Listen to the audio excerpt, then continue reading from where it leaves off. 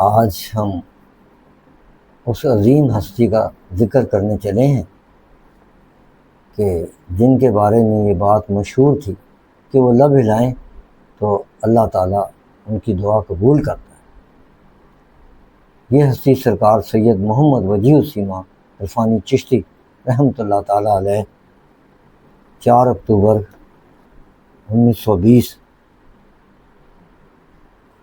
تحصیل گجر خان ضلع راولپنڈی کے گاؤں لودھن میں پیدا ہوئے، اور ان کی پیدائش کی بشارت حضرت خواجہ غریب نواز اجمیر شریف والے انہوں نے دی، اور نام بھی انہوں نے آ کے ان کے دادا سے رکھوایا۔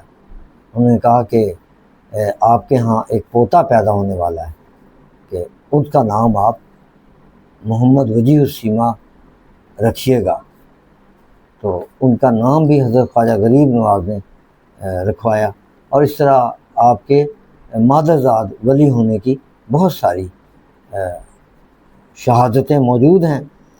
آپ جس بات کا اشارہ فرما دیتے وہ ہو جاتی، اور اللہ تعالیٰ کی دعا بہت جلد قبول کرتا تھا۔ اس میں آپ ہی کی تعلیمات میں ایک مرتبہ کسی نے آپ کی محفل میں ذکر کیا کہ جب نماز بے حیائی سے بچاتی ہے، اور قرآن پاک کی آیت ہے 21واں پارہ کی ابتدائی آیات میں یہ ہے کہ نماز بے شک برائی سے بے حیائی سے بچاتی، تو لوگ نماز پڑھ کے بھی کیوں اتنے برے رہتے ہیں؟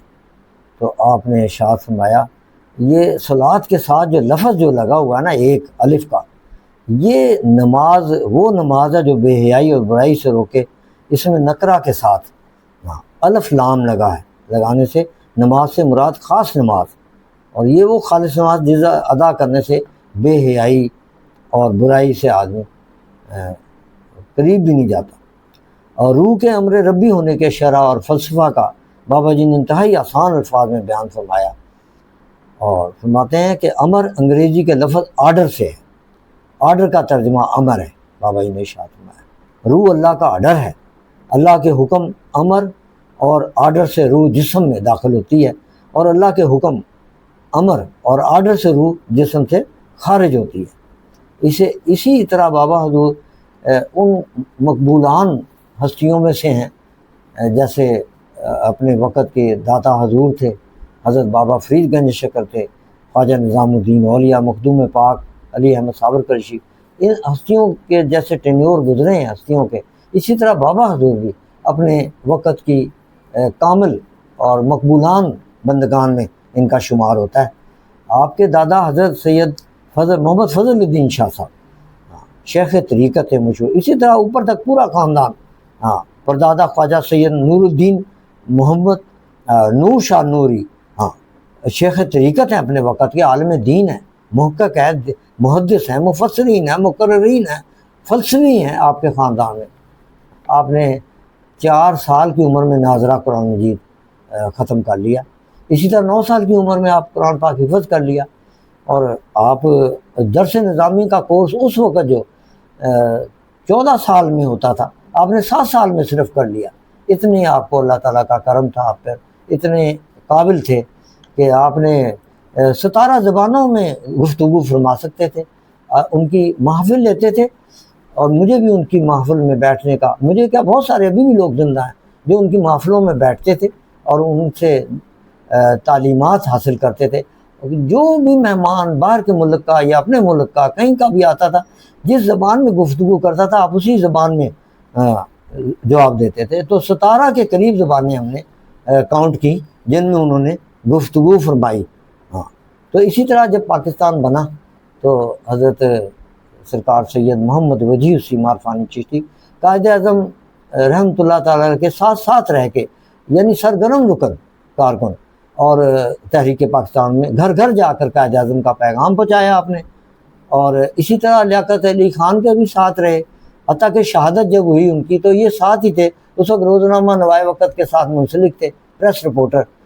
تو انہوں نے ان کی اس حالت میں بھی تصویریں اتاری، بلکہ ہم نے ان لیاقت علی خان شہید کی خون میں لبڑی ٹوپی کی بھی زیارت کی، ہم نے انہوں نے دکھائی کہ یہ بیٹے یہ اس وقت ان کے ہاتھ میں رہ گئی بابا جی کے۔ اسی طرح آپ نے علامہ اقبال کے آخری ایام میں بھی ان کے ساتھ صحبت میں رہے، آپ کی بہت سارے یعنی ایسی ہستی ہوں ایسے جو ہم دیکھ نہیں سکے جن کو قریب سے، بابا صاحب ان کی صحبت میں رہے، صحافت سے بہت زیادہ تعلق رہا ہے بابا سرکار کا، سرکار سید محمد وجیہ السیم عرفانی۔ فوج کے شعبہ تعلقات عامہ ISPR کے ساتھ الحلال تھی، اس میں بھی آپ ریڈیو پاکستان میں آپ نے دینی تعلیمات کے حوالے سے بہت خدمات انجام دی، اور آخری وقت تک آپ منسلک رہے، اور بغیر اجرت کے آپ قرآن پاک کی تعلیم دیتے تھے۔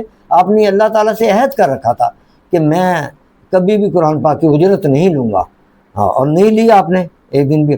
پاکستان ٹیلی ویژن کے اولین لوگوں میں سے ہیں آپ، اور آپ نے عربی، فارسی، انگریزی خبروں کے ترجمہ آپ ہی کیا کرتے تھے PTV کی، اور آپ نے 1978 عیسوی میں شالیمار ریکارڈنگ کمپنی جو ہے اس کے لیے آپ نے قرآن مجید کا پورا ترجمہ کیا۔ قاری غلام رسول تو تلاوت فرماتے تھے، اور سرکار سید محمد وجیہ السیم عرفانی چشتی پیر و مرشد میرے، وہ اس وقت اس کا ترجمہ فرماتے تھے، اور صرف 40 دنوں میں اسلام آباد جا کے 40 دنوں میں مکمل کر کے دے دیے۔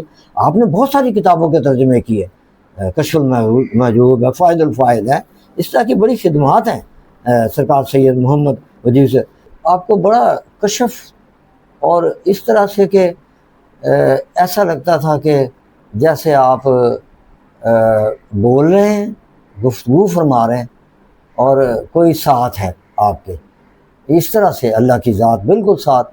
آپ کا چہرہ مبارک اتنا نورانی تھا، اتنا نور بہتا تھا، برستا تھا نور آپ کے چہرہ کے، تھوڑی دیر دیکھو تو آنکھوں کی روشنی چلی جاتی تھی اور آنکھیں بند کرنی پڑتی تھی۔ آپ اکثر فرماتے تھے بیٹے آپ نے مجھے تو نہیں دیکھا، ہم کہتے تھے ہاں بابا جی آپ کو ہم محفل کے دوران دیکھ رہے، بیٹا آپ مجھے نہ دیکھا کریں محفل کے دوران۔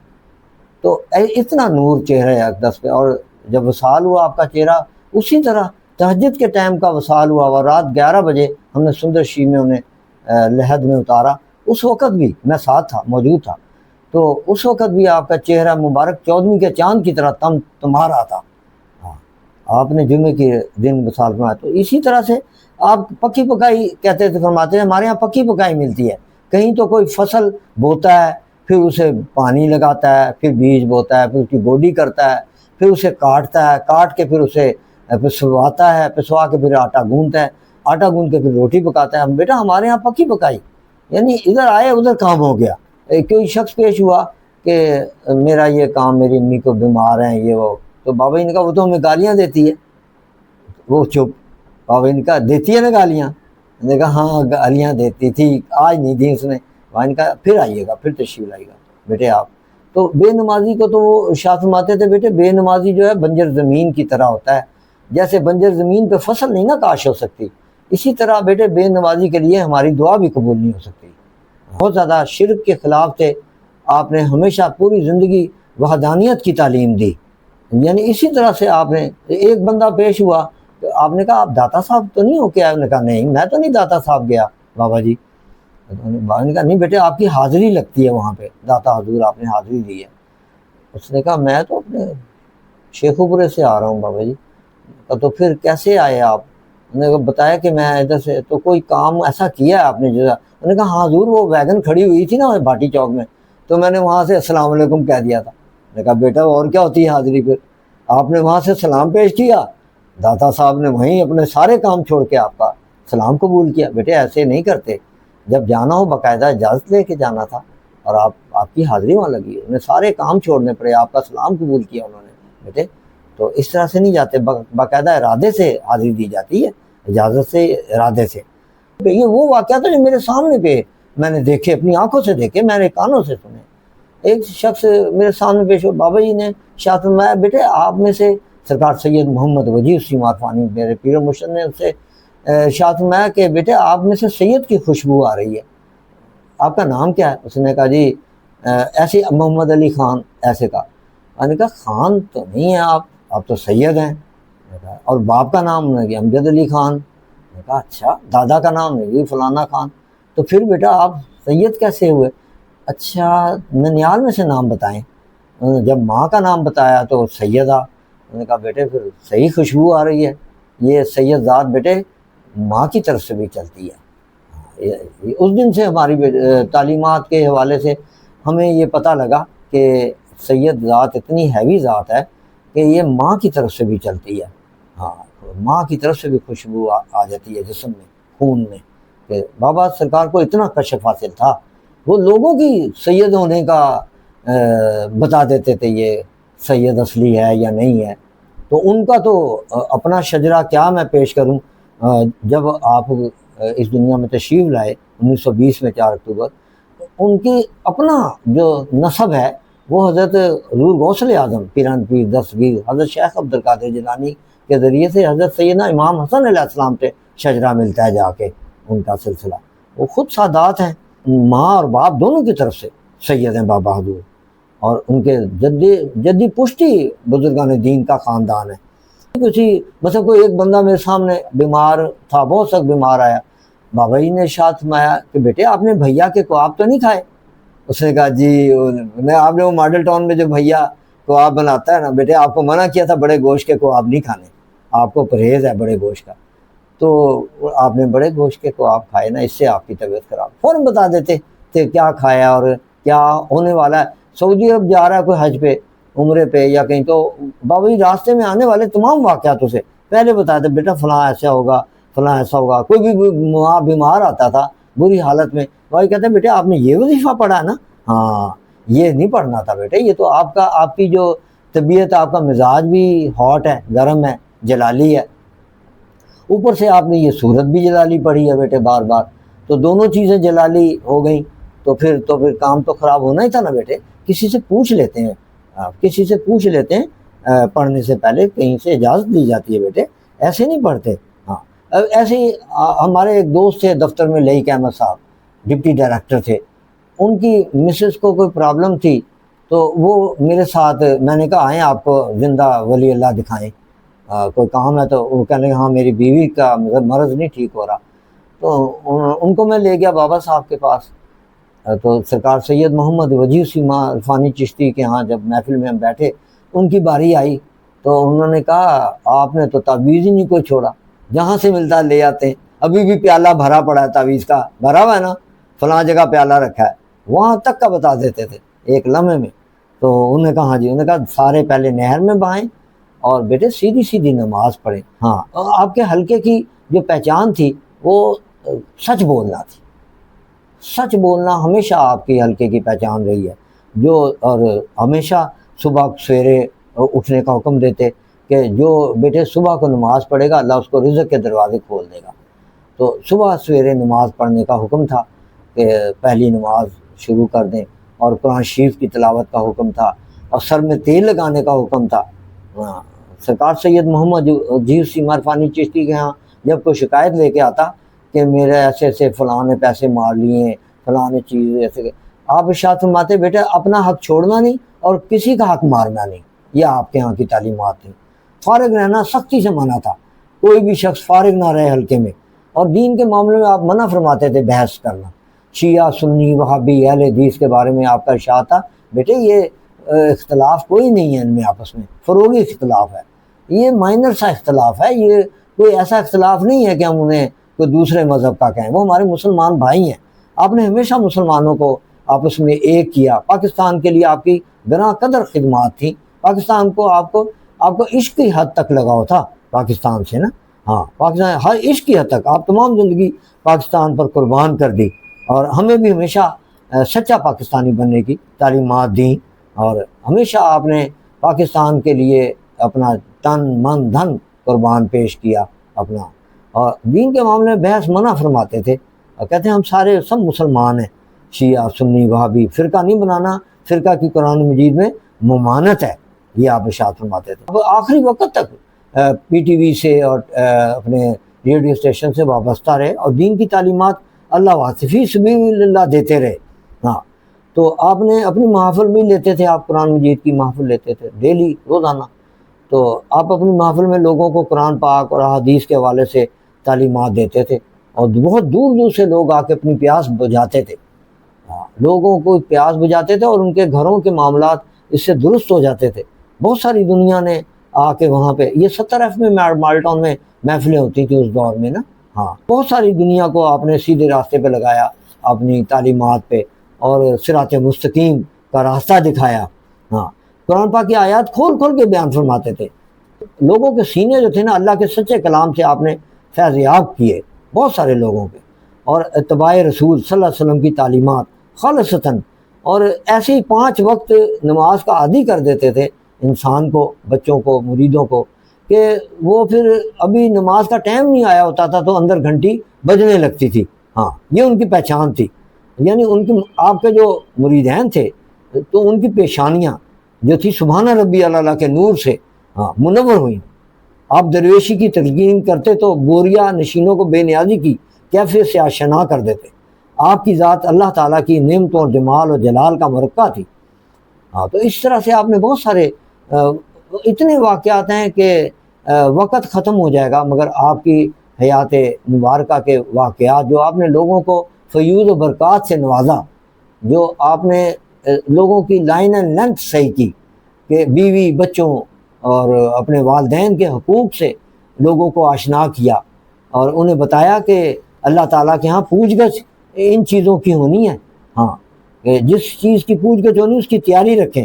ہاں، اور آپ صبح کی ورزش اور صبح کی سیر کو لازمی قرار دیتے کہ صبح کو ورزش کریں۔ پیر کہلانا اپنے لیے توہین سمجھتے تھے، اس پیر کے لفظ سے نفرت تھی آپ کو، آپ استاد کہلاتے تھے۔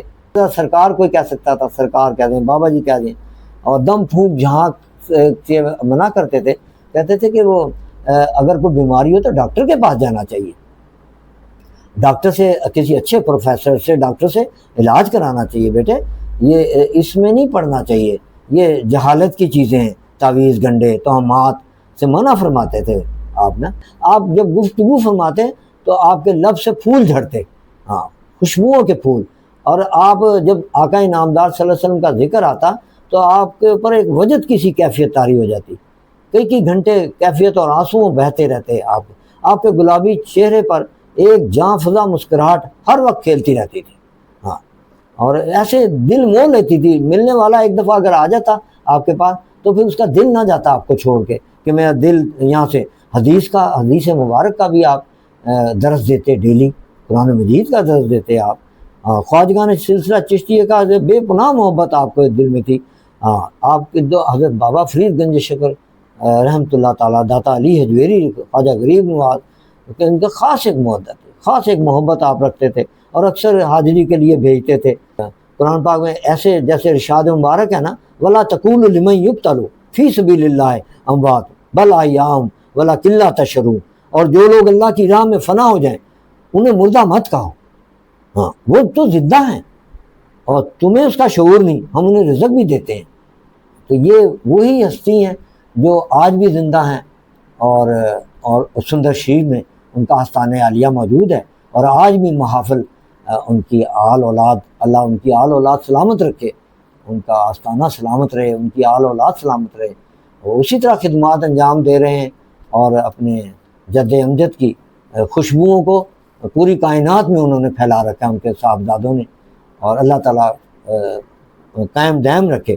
اور ان کا 22 فروری کو وصال ہوا تھا انگریزی کی، اور 6 شعبان تھی، ہر سال 6 شعبان کو ان کا عرس منایا جاتا ہے، چونکہ اب 4 اکتوبر کے حوالے سے ان کی یہ بات ہو رہی تھی کہ 4 اکتوبر کو ان کی پیدائش تھی، تو میں ان کا مرید ہوں، میں ان کا بیعت ہوں، میرے لیے یہ بڑی سعادت ہے کہ میں ان کا ذکر پیش کروں، اور ان کا ذکر چندر میں، اور یہ ذکر جاری رہے گا جب تک یہ اکتوبر کا مہینہ ہے، انشاءاللہ ہر جمعے کو میں ان کا ذکر پیش کروں گا، ان کی تعلیمات پیش کروں گا۔ یہ میرے لیے بڑے شرف کی بات ہے کہ میں، جو یہ قرض ہے میرے کندھوں پر، کہ میں نے جس بارگاہ میں اپنی آنکھیں کھولیں، جس نے مجھے اللہ تعالیٰ کی شناخت کرائی، جس میں حضور صلی اللہ علیہ وسلم کا مقام بتایا، جس نے مجھے بندگی کا طریقہ سکھایا، جس نے مجھے جینے کا راستہ دکھایا، جس نے مجھے حیات بخشی، جہاں جا کے میرے سارے مسائل حل ہوئے،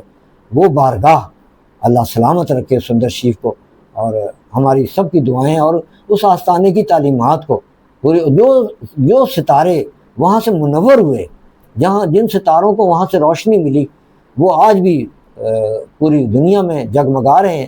کسی سے بھی ملے جو بابا حضور کا بیعت ہے، وہ آپ کو پتہ لگے گا کہ واقعی یہ ان کی روشنی اس تک پہنچی ہے، اور گفتگو کے انداز سے، عمل کے انداز سے پتہ چلتا ہے کہ میرے مرشد کیا تعلیمات دے گئے۔ جب ان کا وصال ہوا، باوضو تھے، تہجد کا ٹائم تھا، جمعے کا دن تھا صبح کا۔ وآخر دعوانا الحمدللہ رب العالمین والصلاۃ والسلام علیک یا خاتم النبیین، صدق اللہ علیہ۔